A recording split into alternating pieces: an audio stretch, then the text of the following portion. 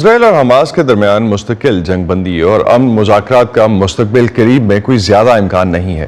Voice of America سے بات کرتے ہوئے جارج واشنگٹن یونیورسٹی کے نزار فرسخ نے اس حوالے سے کہا کہ خطے میں قیام امن کے لیے ایک یا دو ریاستی حل کی بجائے فلسطینیوں اور اسرائیلیوں کے مساوی حقوق سے گفتگو کا آغاز کرنا زیادہ فائدہ مند ثابت ہو سکتا ہے۔ فائدہ بخاری نے نزار سے جاننے کی کوشش کی کہ یہ جنگ ان کے خیال میں کیسے روکے گی۔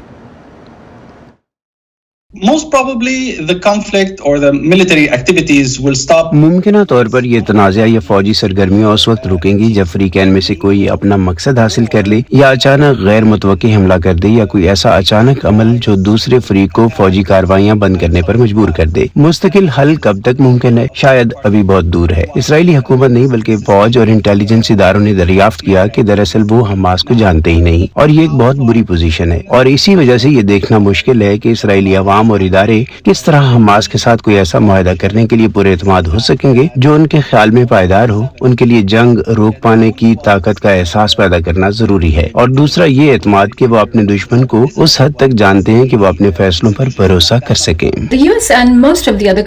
امریکہ اور دیگر بہت سے ممالک دو ریاستی حل کی وکالت کرتے رہے ہیں، لیکن موجودہ اسرائیلی قیادت اس سے متفق نظر نہیں آتی۔ کیا تحفظات ہیں ان کے؟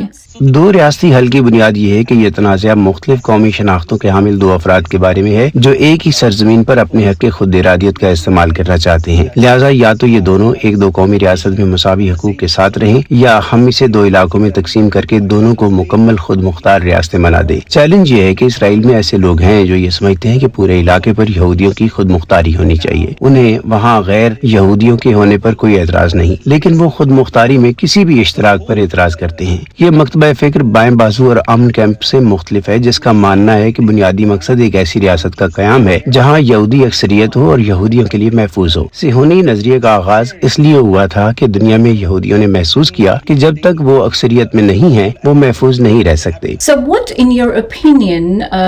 تو آپ کے خیال میں کون سا حل اسرائیلی اور فلسطینی قیادت کے لیے قابل قبول ہوگا؟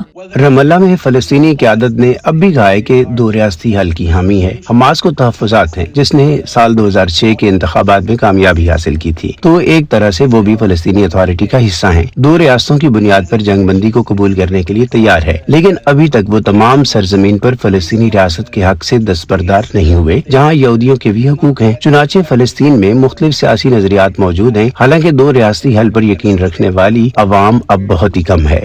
اگر دونوں فریق کسی بھی قسم کے مشترکہ حل پر متفق نہ ہوئے تو کیا اقوام متحدہ یا کوئی اور بین الاقوامی ادارہ کسی ایسی حل کو نافذ کرا سکتا ہے جو اس کے نزدیک بہترین ہو؟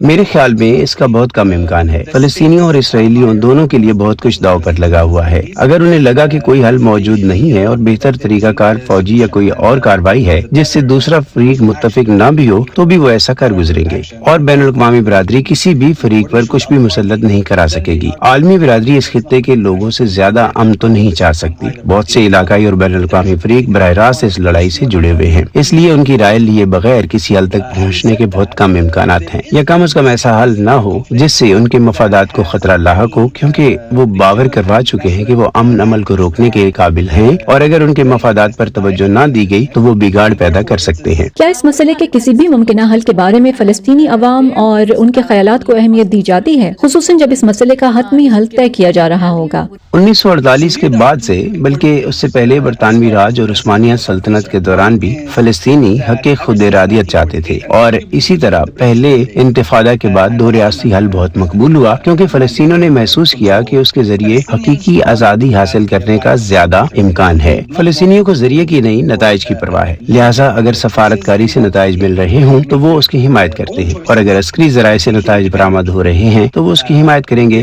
تو آپ کے اپنے خیال میں بہترین حل کیا ہے، اور ایک ریاستی حل پر آپ کی کیا رائے ہے؟ ان میں سے کوئی بھی حل مفید نہیں ہے۔ اگر آپ ایک ریاستی حل یا دو ریاستی حل سے بات شروع کریں گے تو امکان ہے کہ ہم فلسطینی اور اسرائیلی عوام کے ایک بڑے حصے تک نہ پہنچ پائیں، کیونکہ وہ سمجھتے ہیں کہ یہ موقف ان کے کسی حق پر سمجھوتا ہوگا۔ لہٰذا اگر ہم حقوق، اقدار اور اصولوں سے بات شروع کریں تو زیادہ امکان ہے کہ ہم مل کر ایک ایسا حل تلاش کر سکیں جو سب کے لیے کارآمد ہو۔